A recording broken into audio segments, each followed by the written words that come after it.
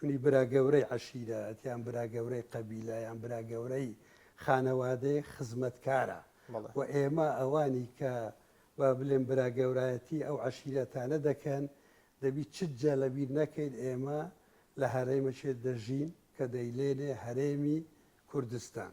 ئەو هەرێمە پێکاتیە پەرلەمانی هەیە، حکومەتی هەیە، سەرۆکایەتی هەرێمی هەیە. پێویستە هەموو ئەو برا گەورەی ئەو عەشیرەتانە خۆ بە خزمەتکاری ئەو حکومەتەی بزانن.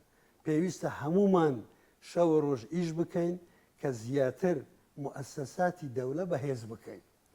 نا خوددا نەخواستە ئیشی خراپ بکەین و عەشیرەتی خۆمان تووشی کێشە و ناخۆشی بکەین و سمعەتەشی خراپیان لۆ بینین. من دەڵێم برا گەورەی هەر قەبیلەک هەر عەشیرەتێک خزمەتکارە. ئێستا هەموو عەشیرەتەکان قەبیلەیان هەیە، عائیلەیان هەیە، وەز من مستەلاحی سەرۆکایەتی یان ڕیاسەتی عەشیرەت بە هەند نازانم.